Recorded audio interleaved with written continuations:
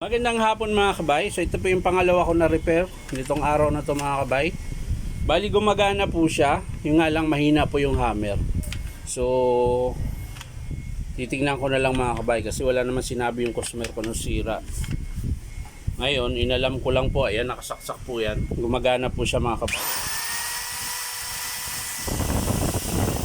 Kompleto po yan, meron po siyang reverse. Bali ito lang po, gumagana siya pero wala na po siyang variable. Dapat kasi pag pisil mo ng ganun dahan-dahan, gagana siya.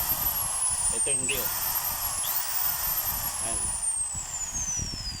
Ayan. Dapat gagana yan eh. Ito, kailangan mo na isagad. Bago siya gagana, kailangan mo muna isagad. So wala na po yung variable speed niya. So i-estimate po natin yan mga kabay. Tsaka yung hammer niya mga kabay, mahina na po. Ayan po.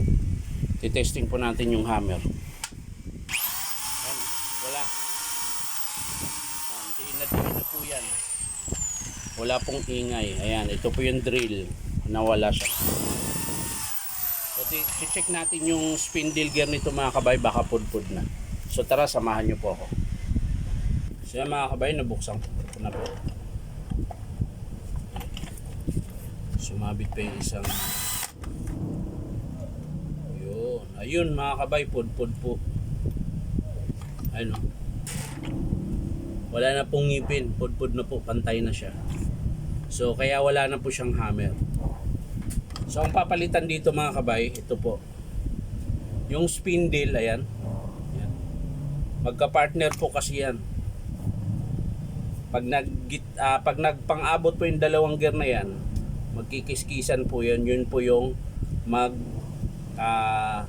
yun yung dahilan kung bakit magkaroon siya ng hammer mga kabay. So yan, yung isa niyang gear okay pa mga kabay. So ang napudpud lang po talaga ito lang. To. Yan po yung napudpud. Yun kasi yung nagpapagana sa hammer mga kabay.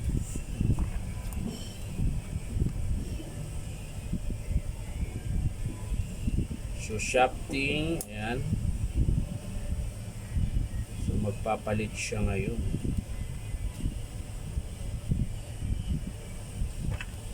Check natin yung sa carbon mga kabay, baka maiksi na po.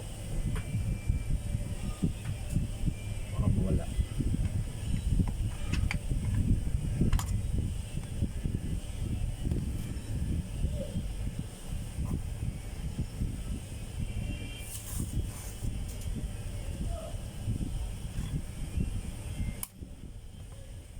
So ayan, kalahati pa po yung carbon mga kabay. Ayan, so okay pa yan, kalahati pa po. Armature niya, ikutin natin mga kabay. So okay pa yung armature mga kabay. So ibabalik na natin ito mga kabay.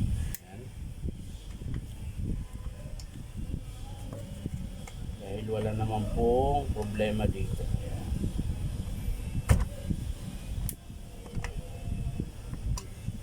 Ayan. Babalik natin. Ay! Ang teteng.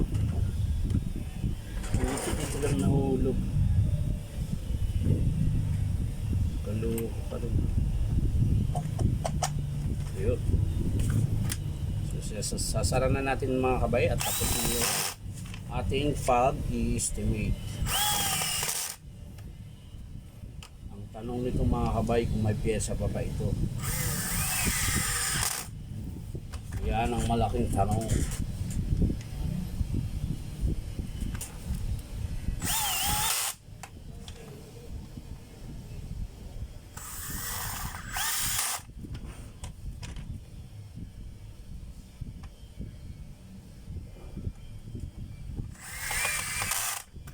So yan mga kabay, tapos na po yung estimate ko. Bali ang papalitan po natin dito, spindle gear, tsaka bearing housing, tsaka yung switch niya mga kabay, wala na po siyang variable. Tapos yung cord protector, ayan. Yan po yung papalitan mga kabay. So abang-abangan nyo mga kabay kapag in-approve to ng customer. Papakita ko rin sa inyo mga kabay kung paano ikabit. So maraming salamat mga kabay. Salamat sa inyong pagpapanood sa aking video, at syempre baka naman po pwedeng subscribe nyo rin po itong aking YouTube account na Inom Tabay. So maraming salamat mga kabay. Bye bye.